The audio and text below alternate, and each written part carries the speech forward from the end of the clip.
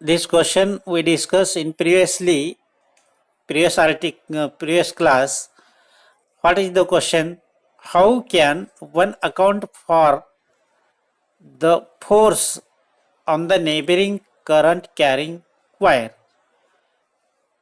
Here given two wire first one number and second wire 2. These two wire have parallel to each other at a separated small distance. Here show this wire, this wire this first and wire this second. Initially in this wire no any current, any effect on this. So these two wire not disturbance to each other, no affecting to each other. Next case here we discuss. In this case, now the current I pass through in the wire 1. What happened? This wire, only first wire carried the current I. What happened? Due to this current, here magnetic field produces, and this magnetic field is produces in the second wire, and that magnetic field is as like direction is inward the paper, inward direction, or in case anti-clockwise direction. In this case also mostly produces the charge free electron in the conductor in the second wire are move opposite direction of the current. Current is upward direction. But the charge minus E electron are move downward direction with velocity v, or this E can be said charge Q. Then in this case also produces magnetic force, and this magnetic force produces on the first wire. The magnetic force here produces here as like इथे magnetic force इथे produce झालेला आहे या डायरेक्शनचा. ही अशी situation आपण कालच्या पिरियडमध्ये discuss केलेलं आहे. मग याच सिच्युएशनचं मला आता पुढच्या आर्टिकलमध्ये यूज करायचं आहे. दिस article number 10.2 on textbook page number 231. What is the article here? Magnetic force. This name of the article is magnetic force, Fm, and this force here shown above figure, this force. त्या फोर्सचा मला विचार करायचा आहे इथे. and this force can be write as magnetic force vector Fm is equal to minus E. What is minus E here given? This minus E move downward direction with linear velocity v in magnetic field B. Here take B. Their cross product, या दोघांचं cross product घेतलं गेलं. यामध्ये जवळपास 90 angle आहे. इथेही वरच्या velocity आणि बी मध्ये इथे जवळपास 90 अँगल असेल आणि हा क्रॉस प्रोडक्ट घेतलेला आहे. V cross B is equal to magnetic force. म्हणजे हे एकमेकांना परपेंडिक्युलर असतात असं आपण पाठीमागे लॉरेन्स फोर्समध्ये बघितलेलं आहे. लॉरेन्स फोर्समध्ये हे असं कंडक्टर त्याला मॅग्नेटिक फोर्स असा अपवर्ड डायरेक्शनचा आणि त्याच्या भोवताली इथे तयार होणारा कोण मॅग्नेटिक फील्ड आणि हा फोर्स, अशा टाईपचा आपण पाठीमागचे कुठतरी आर्टिकलमध्ये बघितलेला आहे. तर तो रिलेशन इथे आपल्याला मिळतोय. Magnetic field is equal to minus e in ब्रॅकेटमध्ये व्हेक्टर व्ही क्रॉस बी. आता इथे आणखीन एक, the magnetic negative e electron आहे, त्याला चार्ज पण म्हणतो. This can be right here. म्हणजेच याच्याऐवजी आपण क्यू पण घेऊ शकतो. असो, इथे पण सांगितलंय मी. Then here given from equation 1 where F equal to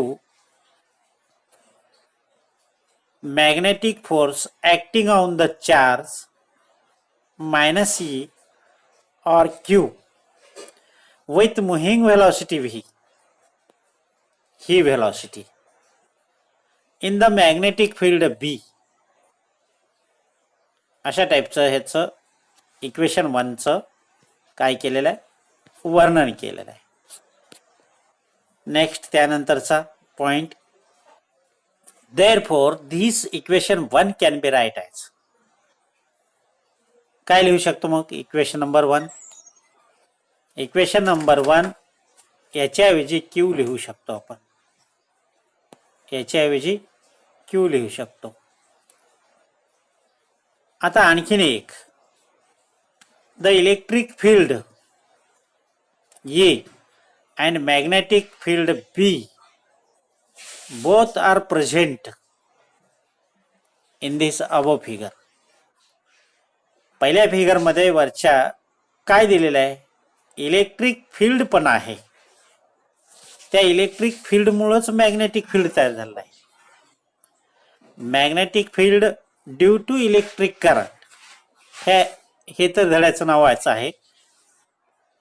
तर या ठिकाणी जो इथे करंट घेतलेला आहे आय, ही इलेक्ट्रिसिटी आहे.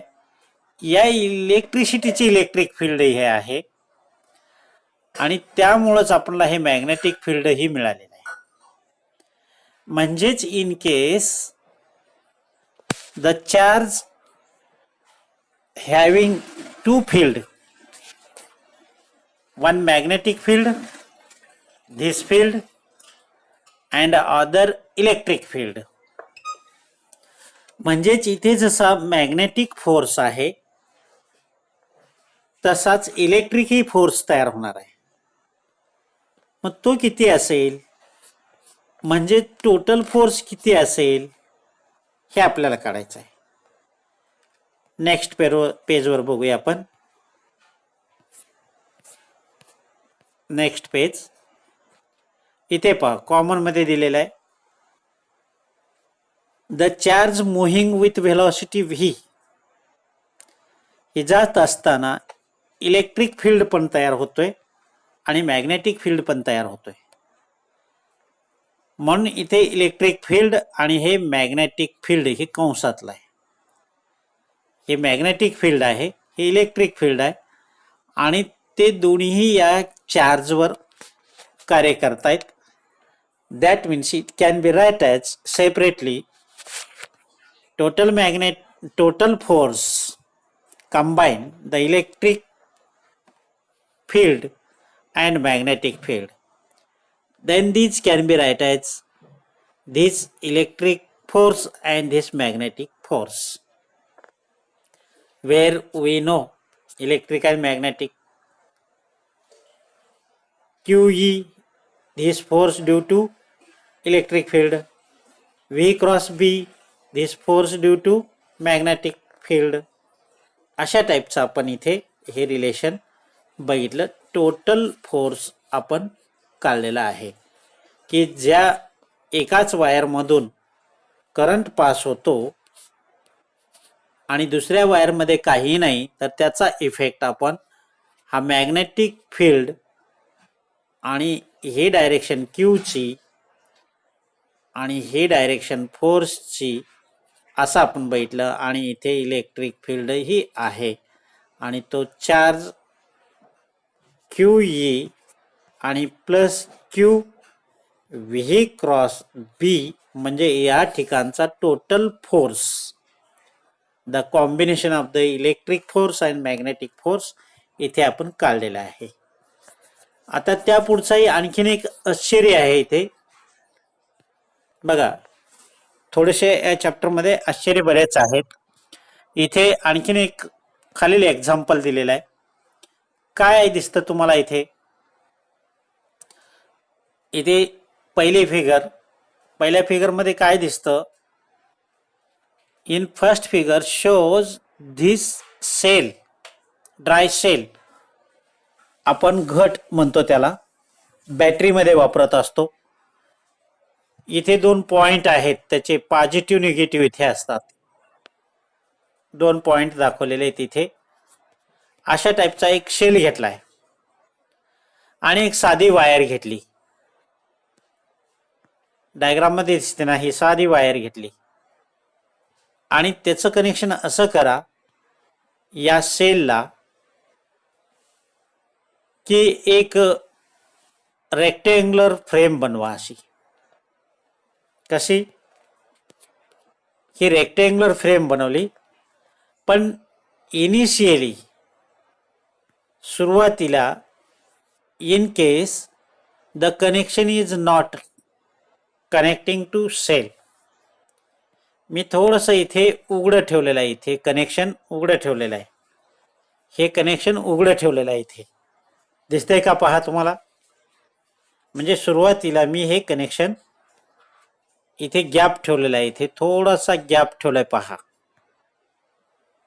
ही पहिली वायर थोडीशी गॅप ठेवलेली आहे, चिटकवलेलं नाही आहे. म्हणजे initially this wire no joint the cell. मग नंतर काय करायचं? नंतर जॉईंट केला. What happen? म्हणजे हे की सारखा भाग असलेला मी इथे जॉईंट केले बघा.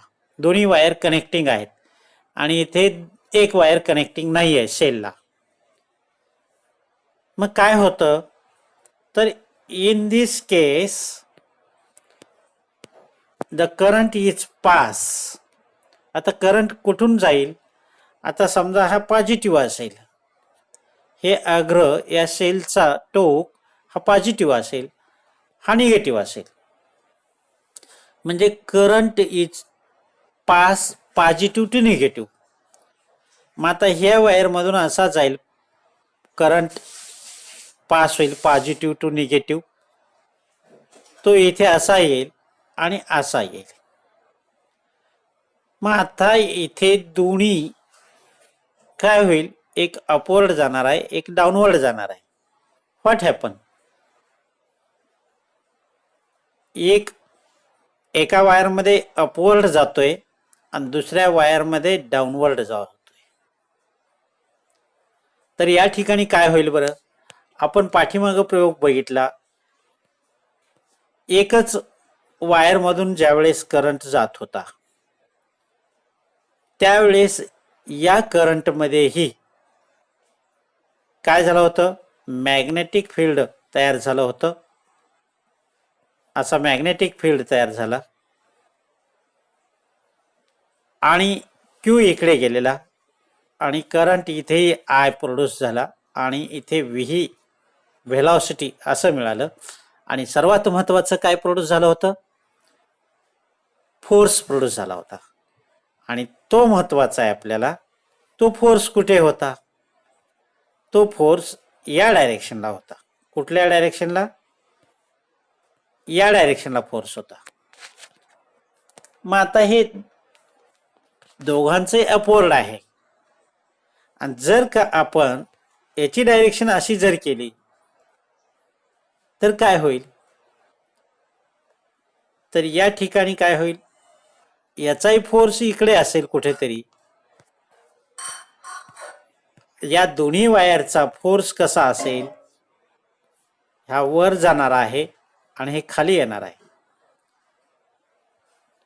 म्हणजे जसं की या वायरचा फोर्स होता तसं इथे दोघांचं रिपल्शन होईल. म्हणजेच हा इकडे अट्रॅक्ट होईल, हा इकडे होईल, रिपल्शन होईल. म्हणजे ही वायर इकडचा फोर्सने असेल, ही वायर इकडच्या फोर्सने असेल. म्हणून ही डॉटेड या ठिकाणी राहायची वायर ती काय झाली, फुगल्यासारखी दिसते. ॲक्च्युली आपण जर प्रयोग केला तर असं आपल्याला दिसणार नाही, पण फोर्स असं त्याला ओढत असलेले त्याच्यामध्ये फोर्सची क्रिया अशी होईल. त्यामुळं इथे हे दोघंही एकत्र राहणं कठीण असेल. म्हणजेच या डायग्राममध्ये आपल्याला रिपल्शन फोर्स दाखवलेला आहे इकडे, रिपल्शन. म्हणून ही डायग्राम, ही वायर अशी फुगलेली सारखी दिसते. ही वायर इथून फुगल्यासारखी दिसते अशी, हा परिणाम होतो. आता त्याच पद्धतीनं दुसरी डायग्राम आहे. Next relation. आता यात काय दाखवलेलं आहे, आता इथे सेम डायरेक्शन दाखवलेलं आहे. हीच डायग्राम आहे. यामध्ये काय केलेलं आहे, थोडंसं ही डायग्राम तुम्ही पुस्तकात पाहिलात तरी चालेल. ही डायग्राम थोडंसं तुमच्याकडं आता सध्या पुस्तक असेल तर तिथे पहा, त्याच फर्स्ट पेजवर कसं जोडणी केलेलं आहे. मी इथे काढून दाखवण्याचा प्रयत्न करतोय. थोडंसं इथे हे कनेक्शन तुम्हाला कळणार नाही, मी इथे डायग्राम काढून दाखवतो. सुरुवातीला जसं हे कनेक्शन आहे त्याच पद्धतीमध्ये कनेक्शन आहेत, तेही सेम असंच आहे. फक्त काय केलेलं आहे, हा घट असेल इथे, हा समजा हा घट असेल. थांबा थोडंसं खाली घेऊ आपण. हा इथे समजा हा घट असेल, ह्या घटांचे दोन टोक असतील. आता मी वायर दुसरी घेतोय, एक वायर घेतली, ती वायर इथे कनेक्ट केलेली आहे आणि ती कनेक्ट करून अशी सरळ जायला हवी आणि त्यानंतर तिची कॉईल केली मी, ही वायर, आणि इथंपर्यंत आणली. आणि दुसऱ्या टोकाची वायर इथे मी काय केली पहा, ही वायर अशी होऊन इथे कॉईल करून या वायरेवरून इथे टच झाली. असं कनेक्शन आहे. थोडंसं इथे दिसताना या कनेक्शनमध्ये थोडंसं इथे थोडंसं दिसत नाही आहे, तर ही डायग्राम तुम्ही पुस्तकात काढा. मग आता इथे जे जाणारे करंट आहे या डायरेक्शनचं आहे आणि परत या ठिकाणचाही करंटचा डायरेक्शन काय असेल, इथेही वरच्या डायरेक्शनचा आहे. म्हणजे इथे सेम डायरेक्शन आहे, या वरच्या फिगर सारखी नाही आहे. इथे ऑपोजिट डायरेक्शन होते, हा वर जाणारा होता, हे खाली येणार होता. मात्र इथे दोघांची वरच जाणारी आहे. ज्यावेळेस अपोजिट डायरेक्शन होतं तिथे रिपल्शन होतं. आता हे दोन्हीही वरच्या डायरेक्शनने आहेत, म्हणजे काय होईल, तर ही वायर थोडीशी इकडे झुकून जाते आणि ही पिवळी पण वायर थोडीशी इकडे झुकून जाते अशी. म्हणजे ऍक्च्युअली ही वायर नाही आहे, पहा, हे नाही आहे. तर ह्या दोन्ही वायरी कशा येतात, जवळ आलेल्या येतात.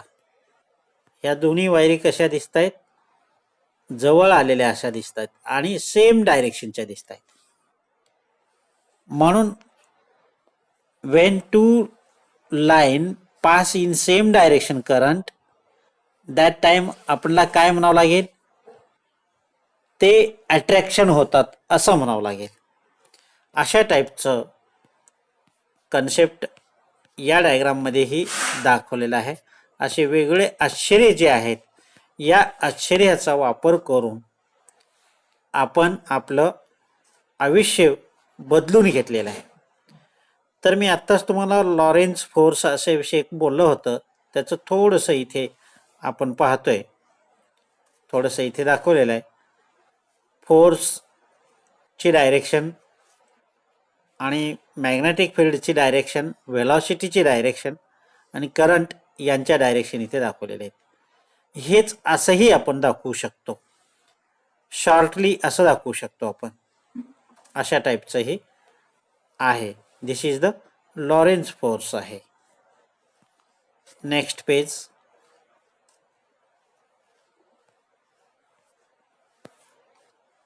इन केस तेच इथे पण दाखवलेली आहे डायग्राम, वेगळ्या पद्धतीने दाखवलेलं आहे.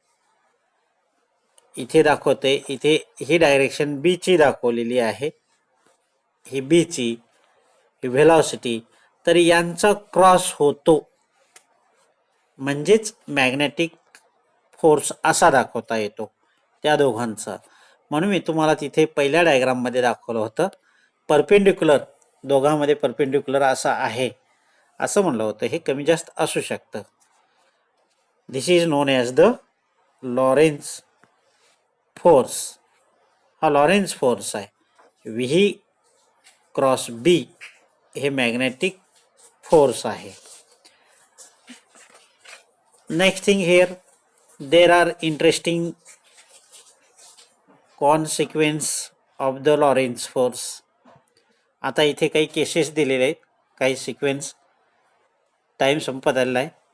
If the velocity V charge Q is parallel to the B असेल तर काय होईल थोडक्यात. तर या ठिकाणी पॅरललमध्ये असल्याबद्दल जो मॅग्नेटिक फील्ड आहे, हा बी आणि व्ही हे जर पॅरल झाले तर हा मॅग्नेटिक फोर्स जो असेल तो झिरो होईल. थोडक्यात इथे अँगल जर झिरो झाला तर आपल्याला मिळणारा जो साइन थिटाची किंमत झिरो म्हणजेच हा झिरो होईल.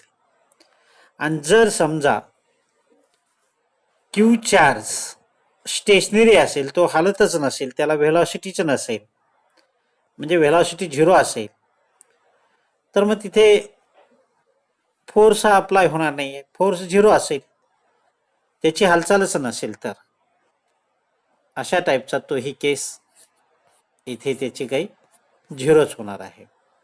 मात्र मॅग्नेटिक फील्ड काहीतरी असणार आहे. Then next thing here also given some cases here.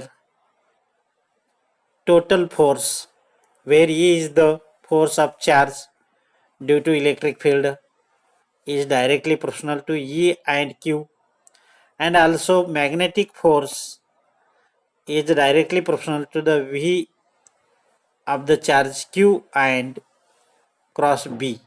हे माहीत आहे. आता यामध्ये हे जर सोडवलं, व्ही क्रॉस बी म्हणजेच व्ही बी साइन थिटा, आणि व्ही बी साइन थिटा हा थिटा जर परपेंडिक्युलर असेल तर साइन 90ची किंमत 1 असते, आणि ही किंमत V cross B is equal to V B असं मिळेल.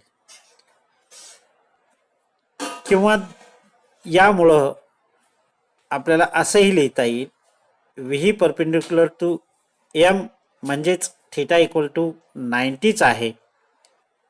म्हणजे डॉट प्रोडक्ट जर घेतला आपण, V vector V dot vector F is equal to V F cos theta. मग कॉस थिटा म्हणजे कॉस 90ची किंमत झिरो येईल. हे डॉट प्रोडक्ट घेतले. क्रॉस प्रोडक्टमध्ये साइन थिटा येतो आणि डॉट प्रोडक्टमध्ये कॉस थिटा येतो. त्याच्यामुळं डॉट प्रोडक्ट जर घेतला तर त्याची किंमत झिरो येते आणि याची किंमत 1 येते जवळपास. अशा टाईपचे हे केसेस आहेत छोटे छोटे. तर here also in this case magnetic force is perpendicular to the distance Q ला आपण आहे, म्हणून इथे hence magnetic force never does not work on the charge Q असेही म्हणलेलं आहे. Next thing, 1 minute.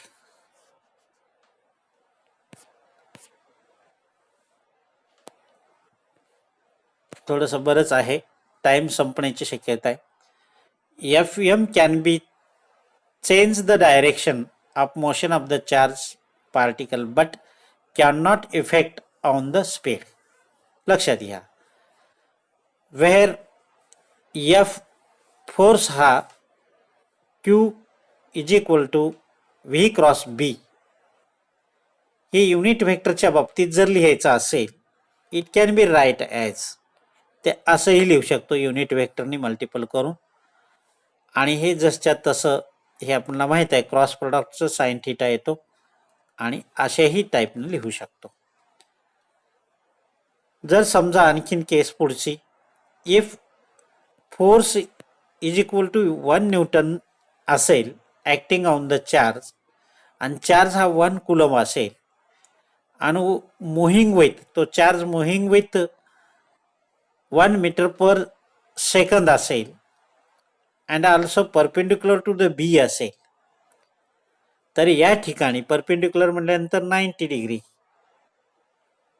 डिग्री, मग sine 90 is equal to, how can write, sine 90ची किंमत काय 1, म्हणून इन केस असंही लिहिता येतं, म्हणजेच F equal to Q V B आणि B is equal to F upon Q V. आणि त्याचा युनिट काय लिहिता येतं, बी हा मॅग्नेटिक फील्ड आहे, न्यूटन, Fचा न्यूटन, क्यूचा कूलम, व्हीचा मीटर पर सेकंद. म्हणजेच याचा रिअरेंज करून आपल्याला newton second per coulomb metre असं लिहिता येतं. But in this case given special unit tesla and that is 1 Tesla is equal to 10⁻⁴ Gauss.